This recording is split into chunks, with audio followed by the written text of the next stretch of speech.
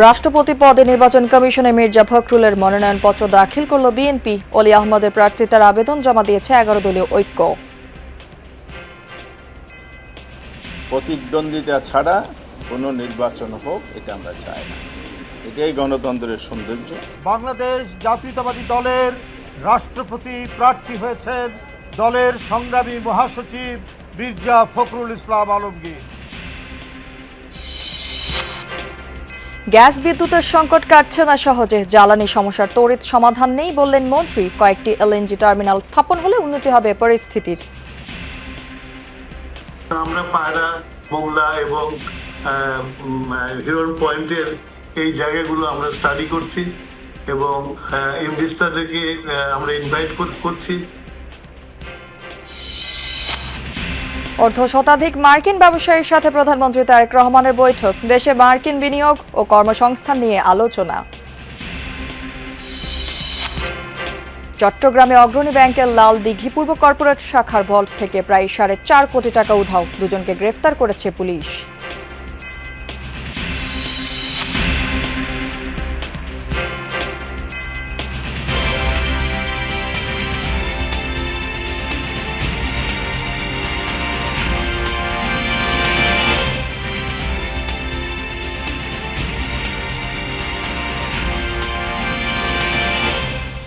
দর্শক আমন্ত্রণ যমুনা নিউজে, আপনাদের সাথে আছি আমি রাহেলা জ্যোতি। এতক্ষণ শিরোনাম দেখছিলেন, এবার থাকছে পুরো খবর। দেশের 23তম রাষ্ট্রপতি হিসেবে বিএনপি মনোনীত প্রার্থী হলেন মির্জা ফখরুল ইসলাম আলমগীর। পদত্যাগ করেছেন দলের মহাসচিব ও স্থায়ী কমিটির সদস্য পদ থেকে। সিনিয়র নেতাদের সঙ্গে বৈঠকে রাষ্ট্রপতি পদে দলীয় প্রার্থী চূড়ান্ত করেন বিএনপি চেয়ারম্যান তারেক রহমান। বৈঠক শেষে এসব কথা জানান বিএনপির সিনিয়র যুগ্ম মহাসচিব ও প্রধানমন্ত্রীর উপদেষ্টা রুহুল কবির রিজভী আহমেদ। মির্জা ফখরুল পদত্যাগের পর বিএনপির ভারপ্রাপ্ত মহাসচিব কে হবেন সেসব নিয়ে বৈঠকে আলোচনা হয়নি বলে জানিয়েছেন স্থায়ী কমিটির সদস্য আমির খসরু মাহমুদ চৌধুরী। খানিকটা বিষাদ মাখা স্মিত হাসি দিয়েই সচিবালয় থেকে বেরিয়ে যাচ্ছেন মির্জা ফখরুল ইসলাম আলমগীর। রাজনীতির মঞ্চে যিনি সজ্জন, সৎ আর সুশীল হিসেবেই পরিচিত। হাত নেড়ে যেন বিদায়ী শুভেচ্ছা জানালেন বিএনপির সদ্য সাবেক এই মহাসচিব। খানিক আগেই বাংলাদেশের 23তম রাষ্ট্রপতি হিসেবে বিএনপি দলীয় প্রার্থী হিসেবে যার মনোনয়ন চূড়ান্ত করা হয়। দুপুরে বিএনপি চেয়ারম্যান ও প্রধানমন্ত্রী তারেক রহমান সচিবালয়ে নিজ কার্যালয়ে বৈঠক করেন দলের স্থায়ী কমিটির সদস্য, সরকারের সিনিয়র মন্ত্রী, উপদেষ্টা, চিফ হুইপ আর দলীয় যুগ্ম মহাসচিবদের সঙ্গে।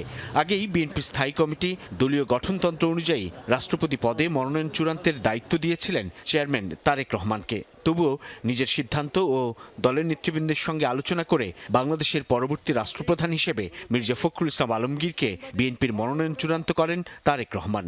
আনন্দের সাথে জানাচ্ছি, বাংলাদেশ জাতীয়তাবাদী দলের রাষ্ট্রপতি প্রার্থী হয়েছেন দলের সংগ্রামী মহাসচিব মির্জা ফখরুল ইসলাম আলমগীর।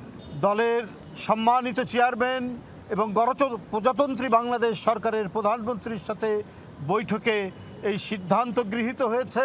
মহাসচিব ফখরুল ইসলাম আলমগীর সাহেব প্রেসিডেন্ট নির্বাচিত হয়েছে দলের পক্ষ থেকে, নমিনেশন দিতে যাচ্ছে এখন। রাষ্ট্রপতি পদে প্রতিদ্বন্দ্বিতার জন্য মির্জা ফখরুল পদত্যাগ করেন বিএনপির মহাসচিব ও স্থায়ী কমিটির সদস্য পদ থেকে। রাষ্ট্রপতি হিসেবে মির্জা ফখরুলের মনোনয়নপত্রে প্রস্তাবক ও সমর্থক হিসেবে রয়েছেন দলের স্থায়ী কমিটির 2 শীর্ষ নেতা। প্রার্থী হওয়ার সাথে সাথে বাংলাদেশ জাতীয়তাবাদী দলের মহাসচিব এবং জাতীয় স্থায়ী কমিটির সদস্য পদ থেকে পদত্যাগ করেছেন। এই বিষয়টি আপনাদের সামনে আমরা সারা জাতিকে অবহিত করলাম। ভারপ্রাপ্ত মহাসচিব তো সিদ্ধান্ত আজকে হয়, আলোচনা আসে না, আজকে আলোচনা আসে না। প্রস্তাবক সমর্থক ওই যে মঈন খান সাহেব আর বৈশ্বচন্দ্র রায়। প্রধানমন্ত্রী ও বিএনপি চেয়ারম্যান তারেক রহমানের সঙ্গে বৈঠক শেষেই রাষ্ট্রপতি পদে দলীয় প্রার্থীর মনোনয়নপত্র নির্বাচন কমিশনে দাখিল করেন বিএনপির শীর্ষ নেতারা। সাইফুদ্দিন রবিন, যমুনা নিউজ, ঢাকা। এদিকে রাষ্ট্রপতি নির্বাচনে মির্জা ফখরুল ইসলাম আলমগীরের মনোনয়নপত্র নির্বাচন কমিশনে জমা দিয়েছে বিএনপি। দুপুরের পর দলের একটি প্রতিনিধি দল ইসিতে গিয়ে মনোনয়নপত্র জমা দেয়। মনোনয়নে মির্জা ফখরুল ইসলাম আলমগীরের প্রস্তাবক হয়েছেন স্থায়ী কমিটির সদস্য আব্দুল মঈন খান এবং সমর্থক স্থায়ী কমিটির আরেক সদস্য গয়েশ্বর চন্দ্র রায়। মনোনয়নপত্র জমা দেওয়ার পর গয়েশ্বর চন্দ্র রায় বলেন, সংবিধান ও আরপিওর সমন্বয়ে যা হওয়া উচিত রাষ্ট্রপতি নির্বাচনে তাই হচ্ছে। আরও বলেন, এই নির্বাচনে 11 দল অংশ নেওয়ায় স্বাগত জানায় বিএনপি। এর আগে 11 দলীয় ঐক্যের প্রার্থী অবসরপ্রাপ্ত কর্নেল অলি আহমেদের মনোনয়নপত্র জমা দেওয়া হয়। জোটটির সমন্বয়ক হামিদুর রহমান আজাদ বলেন, প্রতিদ্বন্দ্বিতা ছাড়া কোনো নির্বাচন হোক তা 11 দল চায় না। রাষ্ট্রপতি নির্বাচনে ভোট গ্রহণ হবে 20 আগস্ট। এই নির্বাচনের মোট ভোটার 349 জন সংসদ সদস্য। ইসি জানায়, ভোটের দিন নির্বাচন কমিশনের 20 সদস্যের টিম কাজ করবে। সেদিনই ঘোষণা করা হবে প্রাথমিক ফলাফল। এরপর গেজেট প্রকাশ হলে নতুন রাষ্ট্রপতিকে শপথ পড়াবেন জাতীয় সংসদের স্পিকার। সংসদীয় ব্যবস্থায় দ্বিতীয়বারের মতো 35 বছর পর হতে যাচ্ছে রাষ্ট্রপতি নির্বাচনে ভোটাভুটি। নির্বাচনের যেই নিয়ম আছে সেই নিয়ম মতোই আমরা দিচ্ছি। তারা কি বলছে তাদের উত্তর নিয়ে তারা থাকুক, তাদের কথার সমালোচনা করতে চাই না।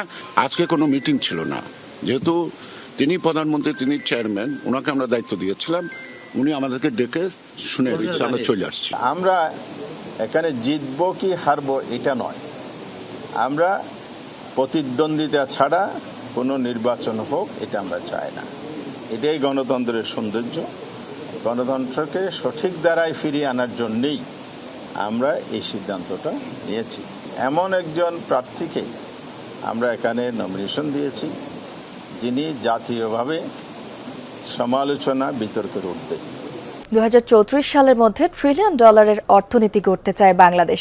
মার্কিন কোম্পানিগুলোকে বাংলাদেশে বিনিয়োগ ও ব্যবসার সম্প্রসারণের আহ্বান জানিয়েছেন প্রধানমন্ত্রী তারেক রহমান। সকালে সচিবালয়ে ইউএস বাংলাদেশ বিজনেস কাউন্সিলের 50 জনের প্রতিনিধির সাথে বৈঠকে এই আহ্বান জানান প্রধানমন্ত্রী। এতে অংশ নেয় যুক্তরাষ্ট্রের 25টি শীর্ষ কোম্পানি। সকাল 9:30টায় সচিবালয়ে প্রধানমন্ত্রীর সাথে ইউএস বাংলাদেশ বিজনেস কাউন্সিলের বৈঠক। এতে অংশ নেয় US chamber of commerce, Excelerate energy, meta, Apple, MetLife, Uber সহ 25 শীর্ষ কোম্পানির প্রতিনিধিরা। প্রায় 2 ঘন্টারও বেশি সময় ধরে চলে বৈঠক। আলোচনা হয় বাংলাদেশে মার্কিন ব্যবসা বাণিজ্য বৃদ্ধি, কর্মসংস্থান সৃষ্টি ও বিনিয়োগ প্রক্রিয়া নিয়ে। বৈঠক শেষে প্রধানমন্ত্রীর কার্যালয়ের মুখপাত্র জানান, ফলপ্রসূ হয়েছে আলোচনা। বিনিয়োগকারী সুরক্ষা জোরদার, কর ভ্যাট ব্যবস্থাপনা সহজীকরণ, মুনাফা প্রত্যাবাসন সহজ করা, আমলাতান্ত্রিক জটিলতা কমানো ও সরকারি সেবা ডিজিটাল করার উদ্যোগ নিয়েছে সরকার। অর্থনৈতিক অগ্রযাত্রা বাংলাদেশ যুক্তরাষ্ট্রের সম্পর্ক আরও স্থিতিশীল এবং আরও দীর্ঘায়িত করা যায়, কীভাবে বাংলাদেশে কর্মসংস্থান তৈরি করা যায় এবং সরকারের বিভিন্ন ম্যানিফেস্টোতে যে পলিসিগুলো রয়েছে এগুলো বাস্তবায়নে আমেরিকার প্রাইভেট সেক্টর থেকে কীভাবে ভূমিকা রাখা যায় এগুলো নিয়ে বিস্তারিত আলোচনা হয়েছে। 25টি কোম্পানি থেকে আজকে টপ টিয়ার যারা লিডারশিপ রয়েছেন ওনারা এসেছেন। অত্যন্ত ফলপ্রসূ এবং কার্যকরী আলোচনা হয়েছে। পরে ইউএস বাংলাদেশ বিজনেস কাউন্সিলের সভাপতি বলেন, প্রধানমন্ত্রীর সাথে ব্যবসায়িক পরিবেশ, কর্মসংস্থান সৃষ্টি সহ বিভিন্ন বিষয়ে আলোচনা হয়েছে তাদের। This is a great country. We have American companies who have been here for decades, partnering with the people of Bangladesh, helping ensure prosperity, job creation, tax revenue. যুক্তরাষ্ট্র থেকে প্রতিনিধি দলটি 11 আগস্ট ঢাকা আসে। 3 দিনের সফরে সরকারের সংশ্লিষ্ট মন্ত্রী ও উপদেষ্টাদের সাথে আলাদা বৈঠকে অংশ নেয় তারা। জিনাতারা লাবণী, যমুনা নিউজ। এনআইডি সংশোধন সহজ করতে এবার নড়ে চড়ে বসেছে নির্বাচন কমিশন। একদিকে জাতীয় পরিচয়পত্রের জন্ম তারিখ, নিজ ও পিতামাতার নামের সংশোধন প্রক্রিয়া সহজ করা হয়েছে, আবার অনিয়ম ঠেকাতে বন্ধ করা হয়েছে বারবার এসব সংশোধনের সুযোগ। আবার সংশোধনের ক্ষেত্রে বারংবার ঢাকায় আসার ভোগান্তিও দূর হবে নতুন প্রক্রিয়ায়। এনআইডি সংশোধনের নাম শুনলেই গায়ে জ্বর আসার উপক্রম হয় অনেকের। চরম ভোগান্তি, অনিয়ম আর দিনের পর দিন নির্বাচন কমিশন অফিসে দৌড়াদৌড়ি। জটিল এই প্রক্রিয়ার কারণে এখন পর্যন্ত সংশোধনের আবেদন জমা পড়েছে প্রায় 1.5 লাখ। তবে এই ভোগান্তি লাঘবে নতুন নিয়ম এনেছে ইসি। বৃহস্পতিবার এ সংক্রান্ত এক পরিপত্র জারি করেছে নির্বাচন কমিশন। এখন থেকে অনলাইনে যাচাই করা যায় এমন জেএসসি, মাধ্যমিক বা সমমানের শিক্ষা সনদ থাকলে তা নিষ্পত্তি করা যাবে মাঠ পর্যায় থেকেই, অর্থাৎ নিজ জেলা ও উপজেলা নির্বাচন অফিস থেকেই এনআইডি সংশোধন করতে পারবেন যে কেউ। তবে উন্মুক্ত বিশ্ববিদ্যালয়ের সনদ অনুযায়ী কেউ সংশোধন করতে চাইলে নিষ্পত্তি করতে হবে আগের নিয়মে। এদিকে সহজীকরণ এই প্রক্রিয়ায় অনিয়ম ঠেকাতে বেশ কিছু বিধিনিষেধও আরোপ করা হয়েছে। কমিশন বলছে, বয়স, নিজের নাম ও পিতামাতার নাম কেবল একবার সংশোধন বা পরিবর্তন করা যাবে। তাই আবেদন করার সময় দলিলাদি ভালোভাবে যাচাই করে নিতে হবে। কমিশন বলছে, কাজের গতি বাড়াতে প্রতি মাসে কর্মকর্তাদেরকে টার্গেট দেয়া হচ্ছে, অর্থাৎ প্রত্যেক মাসে কর্মকর্তারা অন্তত 3টি করে আবেদন নিষ্পত্তি করে তা জমা দেবেন নির্বাচন কমিশনে। এতে করে এই যে বিশাল জট, সেটি কমানো সম্ভব হবে। তবে নতুন এই প্রক্রিয়া কতটা ফলপ্রসূ হয় সেটি এখন দেখার বিষয়। সুমাইয়া ঐশী, যমুনা নিউজ, ঢাকা। রাজধানীতে গ্যাস সংকটের তীব্রতা বাড়ছে। উৎস থেকে গ্যাস সরবরাহ কমে যাওয়ায় গ্যাসের চাপ সর্বনিম্ন পর্যায়ে নেমেছে। সিএনজি চালিত যানবাহনগুলো নিয়েও চরম দুর্ভোগের শিকার পরিবহন মালিক ও চালকরা। অনেকে অপেক্ষা করে গ্যাস পাচ্ছেন 20 থেকে 50 টাকার। বেশিরভাগ স্টেশনগুলোতে গ্যাস নেই, সাইনবোর্ড ঝুলিয়ে রাখা হয়েছে। তবে গ্যাস সংকটের কারণে অনেকেই গাড়িতে জ্বালানি নিচ্ছেন। এদিকে রাজধানীর অনেক জায়গায় দিনের বেশিরভাগ সময় বাসাবাড়িতে গ্যাস পাচ্ছেন না গ্রাহকরা। কোথাও কোথাও গ্যাস একেবারে মিলছেই না বলে অভিযোগ অনেকের। যদি সকালে সিরিয়াল দেওয়া যায়, এই রাতে 10টা 11টা 12টা 2টা 3টা বাজে, ঠিক ঠিকানা নাই কখন গ্যাস পাওয়া যায়। অনেক সময় দেখা গেছে যে আপনার গ্যাস পাম্প বন্ধ থাকে। দুটোই নি, সিএনজিও নেই, এটাও নেই, কিন্তু এখন তো ওটা সিএনজি নাই, এখন শুধু এটার উপরে চলছে। জ্বালানি বিদ্যুৎ সংকটের তড়িৎ কোনো সমাধান সরকারের হাতে নেই। কয়েকটি এলএনজি অবকাঠামো তৈরি ও গ্যাস কূপ খনন হলে দীর্ঘমেয়াদী সমাধান আসবে। তার আগে সরকারকে মোরাল সাপোর্ট দিতে হবে, এমন মন্তব্য করেছেন বিদ্যুৎ ও জ্বালানি মন্ত্রী ইকবাল হাসান মাহমুদ টুকু। জানান, খুলনা বিভাগে নতুন 3টি ভাসমান টার্মিনাল নির্মাণের উদ্যোগ নেওয়া হয়েছে। এর মধ্যে একটির অর্ডারও দেয়া হয়েছে। মন্ত্রীর অভিযোগ, অবৈধ ব্যাটারি চালিত রিকশা চার্জের কারণে রাতেও বিদ্যুতের চাহিদা বেড়ে গেছে। গেল 21 জুলাই থেকে গ্যাস নিয়ে বেজায় বিপদে বাংলাদেশ। মহেশখালীর একটি ভাসমান এলএনজি টার্মিনালে আগুন লাগলে বন্ধ হয়ে যায় 45 কোটি ঘনফুট সরবরাহ। এরপর এটি মেরামতে নানা উদ্যোগ নেওয়া হলেও এখনও সমাধান হয়নি। ফলে জ্বালানি সংকটে অচল হয়ে পড়ে একাধিক বিদ্যুৎ কেন্দ্র, শুরু হয় টানা লোডশেডিং। বিদ্যুৎ বিভাগের পরিসংখ্যান বলছে, গতকাল সারা দেশে বিদ্যুতের ঘাটতি ছিল 3000 মেগাওয়াটের বেশি। বৃহস্পতিবার জ্বালানি নিয়ে রাজধানীতে সিপিডির সেমিনারে উঠে আসে সংকটের প্রসঙ্গ। গবেষকরা বলেন, স্পট মার্কেট থেকে এলএনজি কিনে বিপদ বাড়ছে। ভর্তুকি বেড়ে দাঁড়িয়েছে 16,500 কোটি টাকায়, যার লক্ষ্যের প্রায় 3 গুণ। 2031 সালের মধ্যে নতুন কোনো কূপ আবিষ্কার না হলে ফুরিয়ে যেতে পারে গ্যাসের মজুত। আর্থিক সীমাবদ্ধতা আছে, কিন্তু প্রযুক্তিগত সীমাবদ্ধতাও আছে।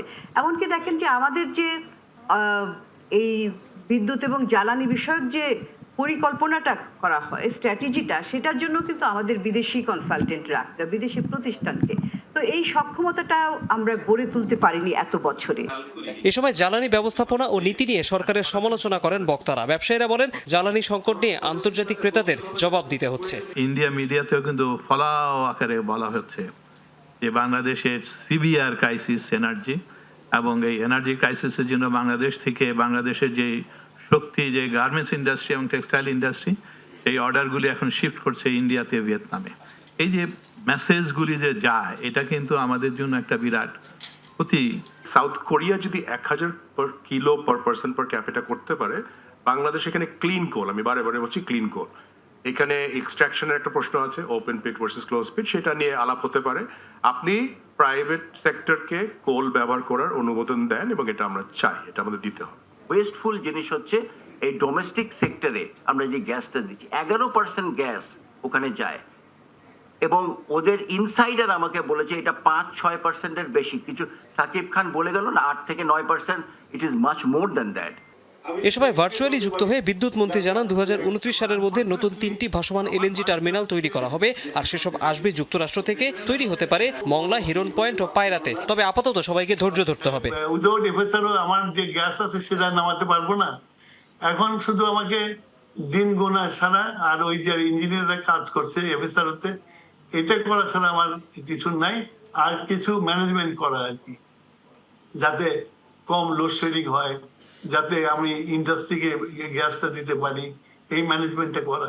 এছাড়া আপনিই বলেন আমার হাতে আর কি থাকতে পারে। মন্ত্রী জানান, সরকার এসেই বাপেক্সকে শক্তিশালী করার উদ্যোগ নিয়েছে। এরই মধ্যে কেনা হয়েছে 2টি রিগ। সোশ্যাল মিডিয়াতে তৌহিদ হোসেন, যমুনা নিউজ, ঢাকা। অগ্রণী ব্যাংকের চট্টগ্রামের লালদিঘি পূর্ব কর্পোরেট শাখার ভল্ট থেকে 4,38,00,000 টাকা উধাও হওয়ার অভিযোগ উঠেছে। আমানতের এই অর্থের ঘাটতি ধরা পড়ে নিয়মিত হিসাব মেলানোর সময়। এ ঘটনায় ব্যাংকের সিনিয়র অফিসার ও ক্যাশ ইনচার্জ কামরুল হোসেন ও জাফরুল্লাহ তানভীর নামে দুজনকে গ্রেফতার করেছে পুলিশ। গত 10 আগস্ট শাখার জেনারেল ম্যানেজার অজ্ঞাতনামা আরও কয়েকজনকেও আসামি করে মামলা দায়ের করেন। বলা হয়, ভল্টে টাকার বান্ডিলে বড় নোটের ভেতর ছোট নোট ঢুকিয়ে প্রকৃত অর্থের পরিমাণ কম দেখানোর অভিযোগ রয়েছে। ব্যাংক কর্তৃপক্ষের অভিযোগ, ঘাটতির অর্থ হাটহাজারীর উত্তর বরিশচর এলাকায় ইশরাত এগ্রো নামের একটি গরুর খামারে বিনিয়োগ করা হয়। তবে গ্রেফতারকৃত জাফরুল্লাহ তানভীরের পরিবারের দাবি, তিনি ব্যাংকের কর্মকর্তা-কর্মচারী নন এবং তাকে পরিকল্পিতভাবে মামলায় ফাঁসানো হয়েছে। এ ঘটনায় 2টি মোবাইল ফোন, হোয়াটসঅ্যাপের যোগাযোগ ও তথ্যের রেকর্ড সহ 64 জিবির একটি পেন ড্রাইভ জব্দ করেছে পুলিশ। বিষয়টি তদন্ত করছে কোতোয়ালি থানা পুলিশ। প্রধানমন্ত্রী দিল্লি সফর নিয়ে ইতিবাচক থাকা, এমনই ইঙ্গিত দিয়েছেন পররাষ্ট্র প্রতিমন্ত্রী শামা ওবায়দ ইসলাম। তিনি বলেন, অভ্যন্তরীণ কাজের ফাঁকে ভারত সফরের সম্ভাবনা আছে প্রধানমন্ত্রী তারেক রহমানের, তবে দিনক্ষণ এখনও চূড়ান্ত হয়নি। শামা ওবায়দ বলেন, ভারতের উচিত এ সুযোগের সদ্ব্যবহার করা। দুপুরে পররাষ্ট্র মন্ত্রণালয়ে সাংবাদিকদের প্রশ্নের জবাবে তিনি আরও বলেন, ভারতের সাথে দ্বিপক্ষীয় আলোচনার মাধ্যমে দুদেশের অনেক সমস্যার সমাধান হতে পারে। ভারত ছাড়াও জাপান বা অন্য কোনো দেশের সাথে সফরের সময় এখনও চূড়ান্ত হয়নি, যা অবশ্যই সংশ্লিষ্ট দেশগুলোর সঙ্গে আলোচনা করে চূড়ান্ত হবে। এছাড়াও সিঙ্গাপুরে জনশক্তি রপ্তানির বিষয়ে শামা ওবায়দ জানান, দেশটিতে জনশক্তি রপ্তানি করতে সরকারি পর্যায়ে সফল বৈঠক হয়েছে। রপ্তানি বৃদ্ধি করতেও কার্যকর আলোচনা হয়েছে। যে কোনো সময়ে যখন দুই দেশের প্রধান কথা বলেন, দ্বিপাক্ষিক আলোচনা হয়, তখন অনেক সমস্যার সমাধানেরই সুযোগ থাকে। সেই সুযোগটা তো আছেই, রয়ে গেছে, এবং ভারতের দিক থেকেও উচিত হবে সেই সুযোগের সদ্ব্যবহার করা। দেশের স্বার্থকে রক্ষা করে, দেশের স্বার্থকে সর্বাধিক প্রাধান্য দিয়ে সকল দেশের সাথে সম্পর্ক আরও কীভাবে জোরদার করা যায় সেই লক্ষ্যে পররাষ্ট্র মন্ত্রণালয় কাজ করে যাচ্ছে। জামিন প্রক্রিয়ায় দীর্ঘসূত্রতা ও ভোগান্তি কমাতে দেশের আরও 12 জেলায় চালু হলো ই-বেল বন্ড ব্যবস্থা। এর মধ্য দিয়ে 28 জেলায় বিস্তৃত হলো সরকার ডিজিটাল জামিন কার্যক্রম। সকালে সচিবালয় থেকে ভার্চুয়ালি নতুন এই 12 জেলার কার্যক্রম উদ্বোধন করবেন আইনমন্ত্রী মোহাম্মদ আসাদুজ্জামান। আইন মন্ত্রণালয় জানায়, প্রচলিত পদ্ধতিতে জামিন নামা সম্পন্ন করতে আদালত থেকে কারাগার পর্যন্ত 12টি ম্যানুয়াল ধাপ পার হতে হতো।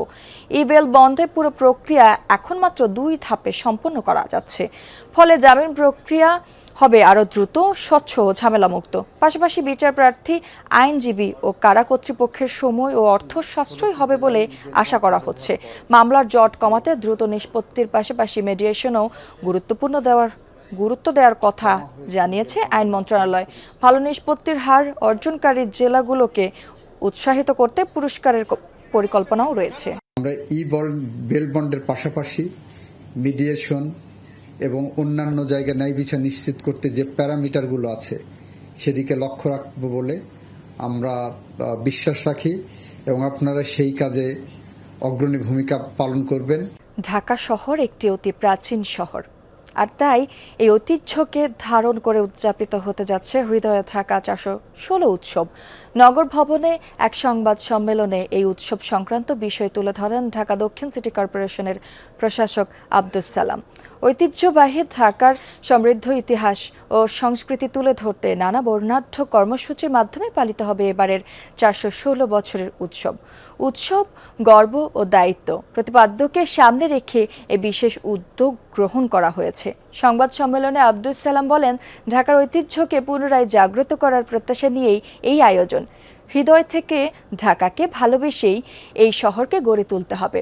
যখন মানুষ হৃদয়ে ঢাকাকে ধারণ করে বসবাস করবে, তখনই তারা এই শহরকে পরিচ্ছন্ন রাখার চেষ্টা করবে।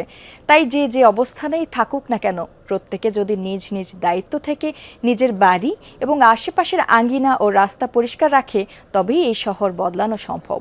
এই ঢাকা শহর আজকে বায়ু দূষণের যে আজকে সারা পৃথিবীতে 1 থেকে 10-এর মধ্যে থাকে, সেটা আমাদের জন্য কোনোভাবেই গৌরবের বিষয় না। কিন্তু এটাকে আমরা কাটিয়ে উঠতে পারি যদি আমরা সবাই ঢাকাটাকে আপন ঢাকা মনে করি। দর্শক, এই ছিল যমুনা নিউজে।